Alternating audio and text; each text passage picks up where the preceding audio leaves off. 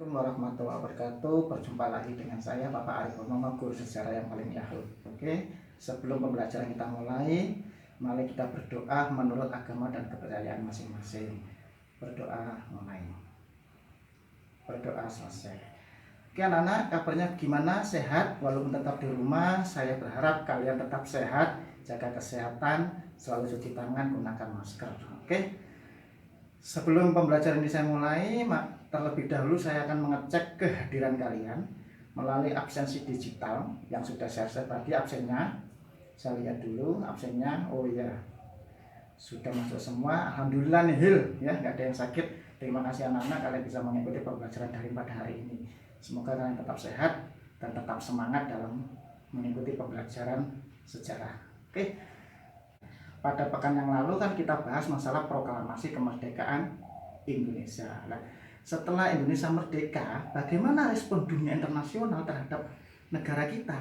Nah, mari kita bahas pada hari ini ya. Oleh karena itu, saya mempunyai beberapa video atau slide yang akan saya tampilkan. Kamu coba menyimaknya dan tonton, jangan kemana-mana, stay at home, tonton video saya, cekidot.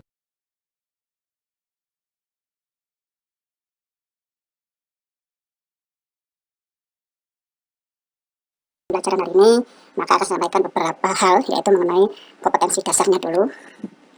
Yaitu yang pertama adalah menganalisis respon negara-negara tetangga atas kemerdekaan Indonesia.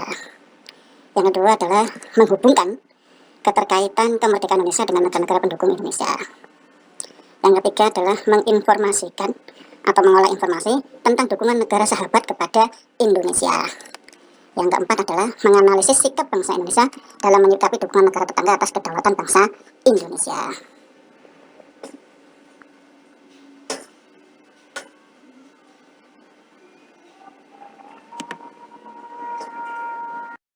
Tujuan pembelajaran adalah yang pertama, setelah mengikuti proses pembelajaran, peserta didik diharapkan dapat mengolah informasi tentang dukungan negara sahabat atas kedaulatan bangsa Indonesia, menyajikan respon bangsa-bangsa Asia Afrika atas kedaulatan bangsa Indonesia, menganalisis bentuk dukungan negara-negara sahabat.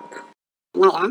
Kemudian materi yang akan kita pelajari hari ini adalah yang pertama, respon dunia internasional, kemudian negara pendukung, penolakan Belanda atas kemerdekaan Indonesia, jalur diplomasi, dukungan PBB atas Indonesia. Sekian, terima kasih. Itu nanti materi yang akan kita bahas pada hari ini. Ini adalah respon dunia internasional terhadap kedaulatan Indonesia, di mana dengan negara pendukung atas kemerdekaan Indonesia. Ada India, Mesir, Australia, dan Vatikan.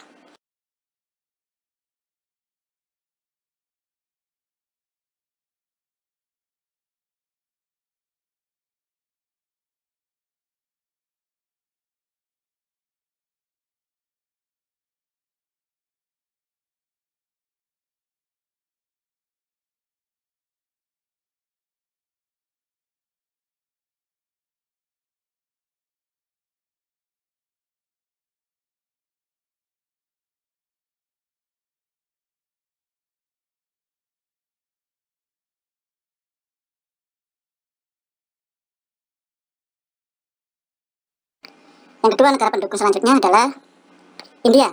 Latar belakangnya adalah tahun 1946, Indonesia melaksanakan diplomasi beras kepada India, yaitu mengirimkan bantuan beras sebesar 500.000 ton beras ketika India mengalami krisis pangan akibat penjajahan Inggris.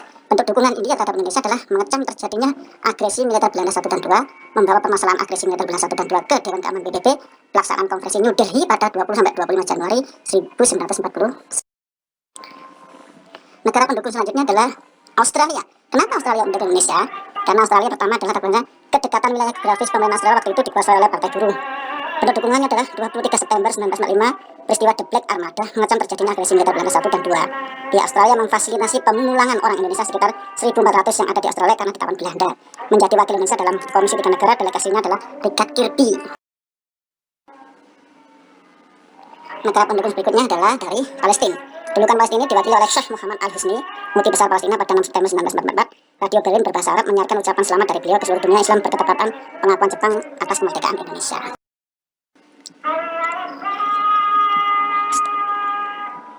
Yang keenam adalah Vatikan. Negara Vatikan adalah negara Eropa pertama yang mengakui kemerdekaan Indonesia. Vatikan merupakan negara yang memiliki pengaruh besar terhadap arah politik dunia, khususnya bagi negara-negara sekutu seperti Amerika dan Inggris. Perjuangan Indonesia melalui diplomasi adalah pertama adalah Konferensi Asia Afrika, pengembalian pemerintah RI ke Yogyakarta, pembentukan pemerintahan interim, penarikan tentara Belanda dari seluruh Indonesia, penyerahan kedaulatan kepada Indonesia Serikat paling lambat 1 Januari 1940, perundingan Liga Sendi. Belanda mengakui secara de facto wilayah Jawa, Madura, dan Sumatera akan dibentuk negara federal Indonesia Serikat. Dibentuk oleh Belanda dengan Ratu Belanda sebagai kepala Uni, pembentukan RIS, Konferensi Meja Bundar. Belanda mengakui kedaulatan Indonesia baik secara de facto dan jure.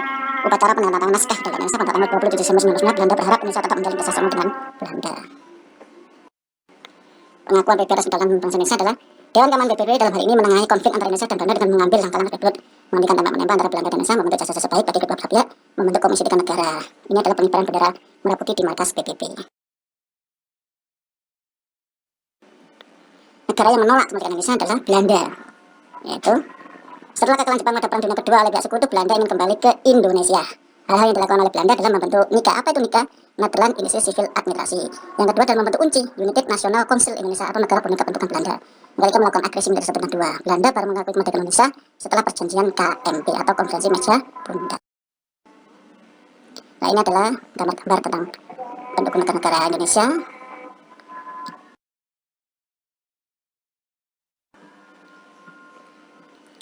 Wassalamualaikum warahmatullahi wabarakatuh.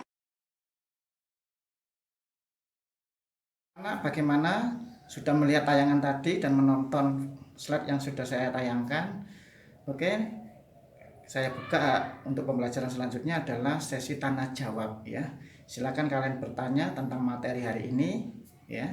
Melalui WA boleh, melalui Google Classroom kalian ketik, Pak ini maksudnya apa dan apa, silakan ya. Boleh tanya segala macam tentang materi yang kita bahas pada hari ini. Ya. Selanjutnya kita akan membentuk kelompok ya. Akan saya bentuk kelompok 4 kelompok. Satu kelompok terdiri dari 6 anak ya. Dan masing-masing kelompok akan saya beri judul ya. Kelompok pertama adalah membahas masalah ekonomi, kelompok kedua masalah politik, kelompok ketiga masalah sosial, dan kelompok ketiga adalah dampak positif respon dunia internasional terhadap bangsa Indonesia ya. Maksudnya gimana? Ya politik Indonesia setelah merdeka ini kemudian dan menghadapi dunia internasional gimana? Sikap politik bangsa Indonesia, sosialnya gimana, ekonominya gimana ya.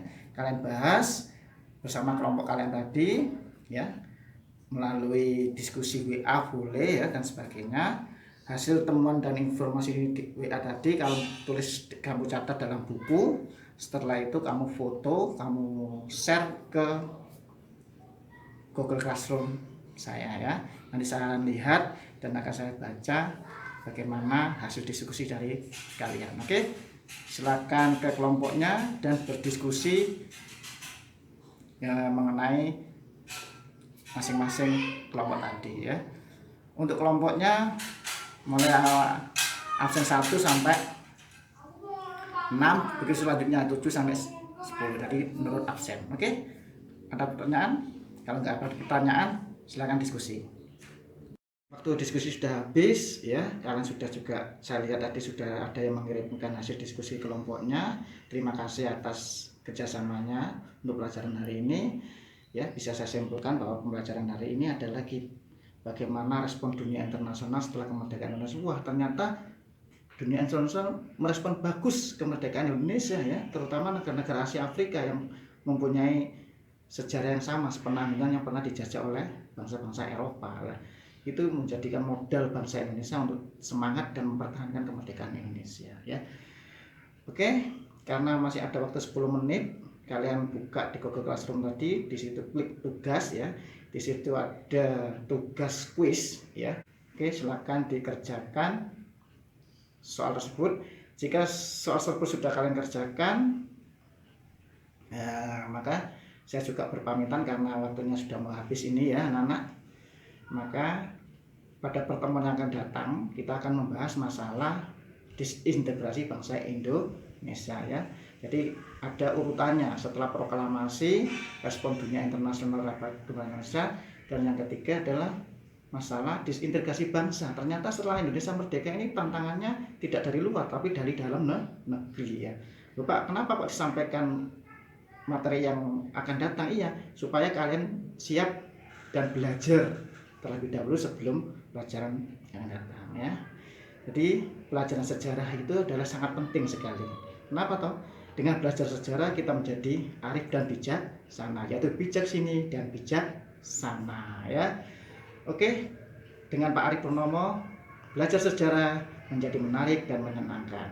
Saya akhiri, wassalamualaikum warahmatullahi wabarakatuh.